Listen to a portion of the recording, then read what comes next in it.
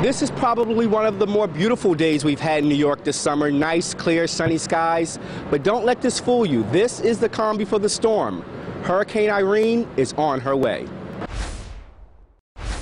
Today marks day 41 of the Occupy Wall Street protest, and despite today's cold and rainy weather, protesters were still out in full effect. Now, yesterday, protesters here in New York marched in support of protesters in Oakland, who were sprayed with tear gas during their march.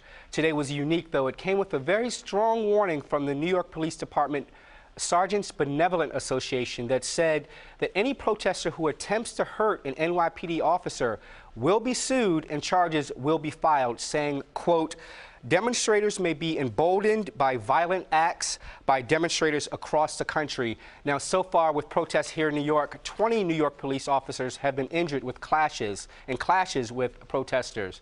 That's the very latest. Jason Mans, Fox 5 News. Today marks 2 weeks since the disappearance of Lauren Spear, and as police continue to follow up on leads, a desperate plea from Lauren's father.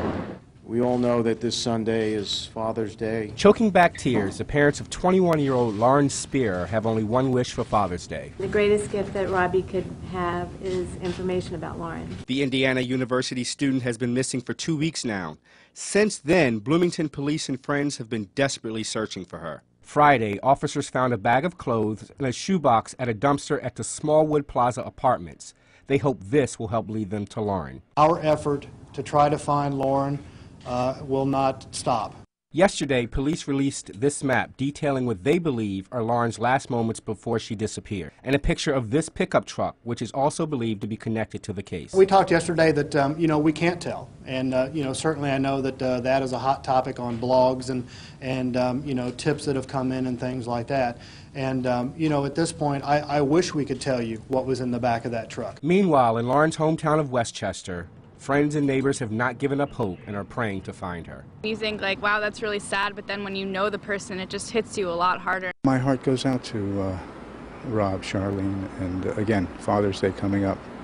It's tragic to not have the one you love. Bloomington police have questioned several people in regards to this case, including 3 men Lauren was seen partying with, but still no suspects. Reporting from the Upper East Side, J. Paul Bernard, Fox 5 News. The historic passing of the gay marriage bill did not happen overnight. In fact, it's been in the works for more than 40 years. Some say the current movement started right here in New York City at the Stonewall Inn. With a few strokes of Governor Cuomo's pen, the deal was finally done. Same-sex marriage in New York has become a reality. And it was no easy fight. The fight for same-sex marriage dates back to 1969 at a gay bar in the West Village called the Stonewall. We could dance with each other. You could do a cha-cha with a guy, a Lindy, a slow dance. This night, the raid ended in violence. The patrons had had enough and fought back, tossing beer cans and bricks. Many believe the Stonewall riots were the catalyst of the gay rights movement. 1 year after the protests, a few hundred gays and lesbians and their supporters gathered at the Stonewall Inn to lead a historic march for equality. But when they reached Central Park, the few hundred that began the march had swelled to 5,000. Something had changed, and it would never change back. 43 years later, the Stonewall is still standing, not just as a bar in the village, but as a historic landmark with its own place in history. Who knew? 42 years later, marriage, equal rights, job opportunities, everything, no discrimination. Years ago, you can get fired, thrown out of an apartment house, thrown out of school, anything for being a homosexual. Step by step, we came all this way. New York is now the 6th largest state to pass gay marriage. Reporting from Lower Manhattan, J. Paul Bernard, Fox 5 News. With major cheating investigations in Philadelphia and Atlanta, conversations about the topic have started here in New York State. And while there is no evidence of any widespread cheating here, there are some schools in the city under investigation. At Lehman High School in the Bronx and the American Sign Language and English Secondary School in Manhattan, a state audit found that the Regents' scores were higher than what independent reviewers found. That basically, the schools were giving full credit to answers that were vague, incomplete, or inaccurate. These schools are 2 of several schools under investigation by the DOE. At this time, the DOE doesn't have exact numbers on the investigations.